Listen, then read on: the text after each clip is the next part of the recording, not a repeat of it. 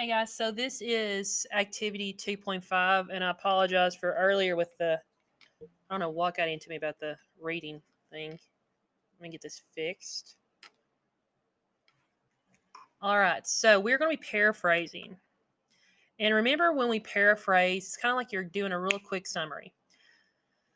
You're going to paraphrase something, you take something that's very long, you're just going to put it in your own words. So, first, underline the fragments in each sentence that are important facts about geographic features of Mesopotamia. So, look, the very first thing we have to do is underline the fragments in each sentence that are important about the geographic features in Mesoamerica. Then paraphrase the important information and write your own words and phrases in the paraphrasing column. Okay, so right here it says sentences identified in the text, pages 4. It says Mesoamerica or Middle America was home to the Maya and civil Aztec civilizations. So basically, what we have to do is we have to put all this information that we've underlined into a like kind of a summary to put it together.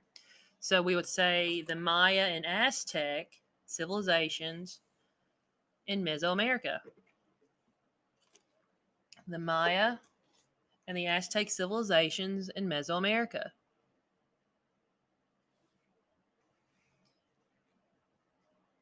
Okay, this region lies north of the equator in an area called the tropics.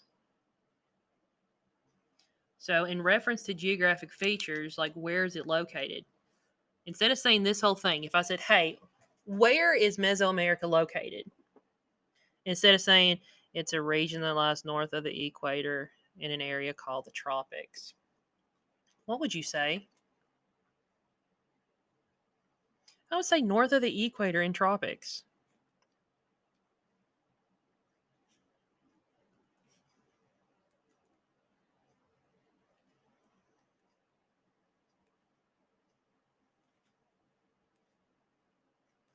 By the way, we're not doing this right now, okay? This is not for us right now. So that's what we're doing. We are paraphrasing here. Okay, so geographic features. Mesoamerica includes portion of present-day Mexico in North America and parts of Central America. What could we say makes up Mesoamerica? What makes up Mesoamerica? Would you say portions of Mexico and parts of Central America? I want a direct answer. What could you say? I would just say Mexico and Central America.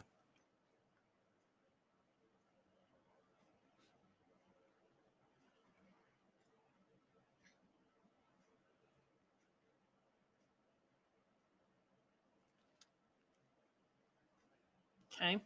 Now we're going to be doing the underlining right here, okay?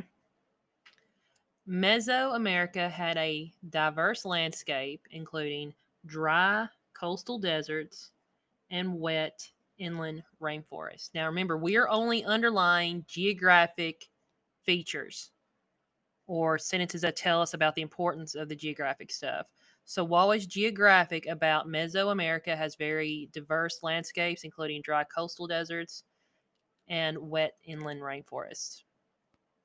Well, we have very diverse landscape, and then we have dry coastal deserts and wet inland rainforests.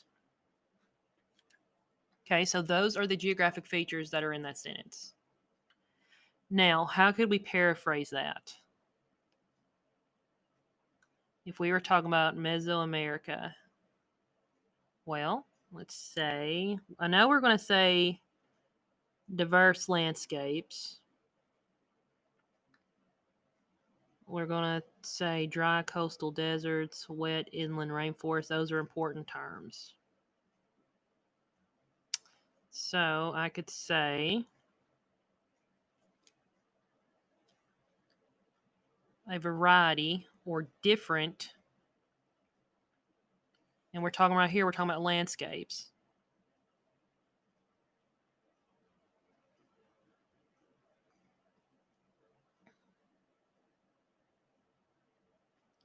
Were, wait, let me redo this one real quick. Okay. Okay, instead of doing that, because that would have been too long, a variety of land types included or includes deserts on coasts and rainforest away from the coast. I'm gonna put RF because I don't have brain.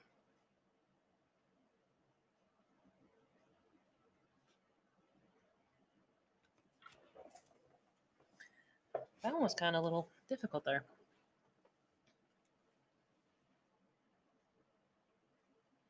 Okay, the Yucatan Peninsula separates the Gulf of Mexico from the Caribbean Sea. So, what are some geographic features here?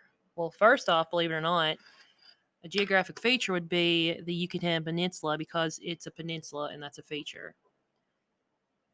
Another thing, bodies of water. So, we have Gulf of Mexico and the Caribbean Sea.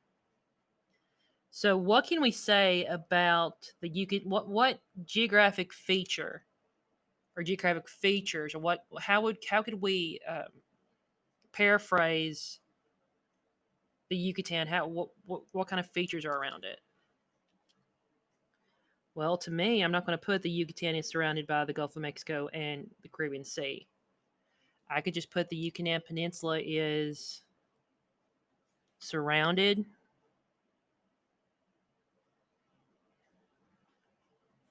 by large bodies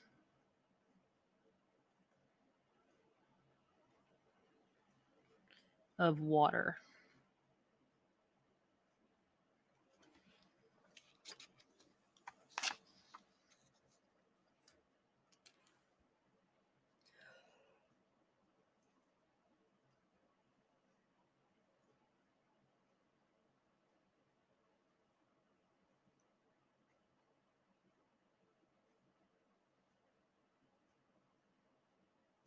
Okay. So I'm just going to give you a reason why we're doing this. When you are writing, and you're going to have to write an essay in this unit, you cannot directly quote from the book everything. If you did, you would just be basically rewriting the book. We can't do that. There's some times where you can pull from the text and write stuff down and give the author credit, but you must be able to read something and paraphrase it into your own words. Like the next one says, the northern part of the Yucatan is drier. So, as far as geographic things, I would say northern part. Sorry, my thing's right here. I would say northern part.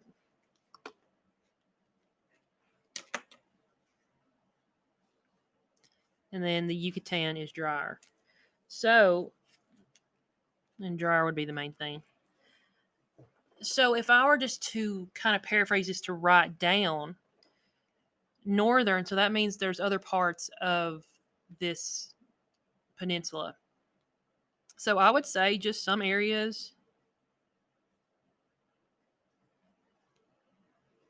are drier than others. I hate when words end in one. You gotta add that I like that because the northern part or like the eastern, western, or southern part could be completely different in climate. So some areas are drier than others.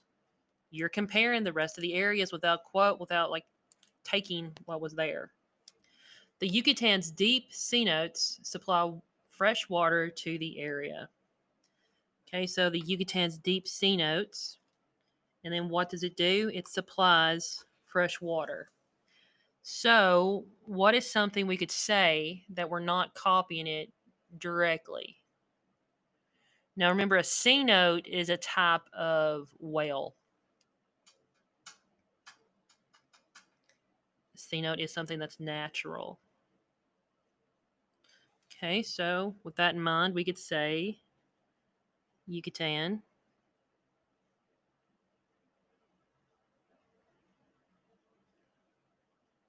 has deep natural wells for fresh water. And what a well is, WELL, it's basically where it's underground and it's where the water collects. And we have one at our house. And we use the well water to water the plants, water, and let the kids play out. Like, we just, if we know that it's going to use more water than necessary, we try to use the well water. But if you ever used well water, it is much colder than any city water or anything else, especially in the summer. It takes a while for it to get used to it. I love it, but we don't drink it. We just use it. All right, next one. The rainforest's lush vegetation supports a variety of animals. The rainforest's lush vegetation supports a variety of animals. And we have a variety of animals. So, lush vegetation means there's a good bit of it, and variety of animals.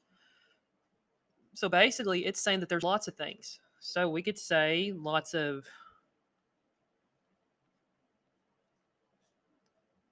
vegetation and animals.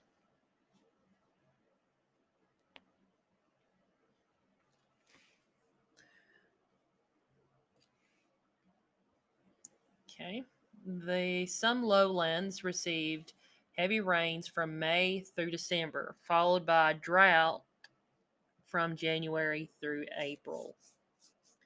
So the only thing that's really physical like stuff would be your low areas. So something I could say is some low areas had heavy rains and then droughts. This one is kind of summarizing. So some low lands. I'm sorry. I'm sorry. Lowland areas had heavy rains and then droughts. Okay, in the highland areas, the Mai cut terraces into the slopes of the mountains. Now, let me just give you an idea of what that is. The mountain, as you know, like if you're just, the mountains is like that. Okay, so what they did is they cut some of this. So what you would do, okay, and they did this, and the mountain continued going up, and they would cut another terrace. They'd go up a little bit, and they'll cut another terrace. So they would be deeper than this, but then they would farm on these little terraces, like the maize, the corn, or pumpkins, or something.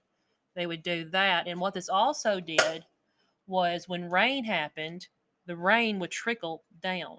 It helped that way. And they were using all the land. This was, they still do this today in many mountainous places. It's a terrace, and basically what a terrace is something you can walk out. It's like something you can walk out on, and that's what they did. They built into the mountain. They let it go up a little bit, then they built in another area and built in it again. The highland areas of the Maya cut terraces into the slopes of the mountains. Okay, so we have highland areas and mountains. So that tells me the area was mountainous. It had mountainous areas because these people had to adapt to their surroundings. And how did they do that? They built terraces. All right, so this is your paraphrasing from your text. Basically, this is going to help us when we have to go back and forth in our writing and we're referring to, because we just can't copy the story. We have to be able to paraphrase what we're trying to say. All right, so that is your paraphrasing activity. And this right here is your practice and skill, and I'll do that here in a little bit.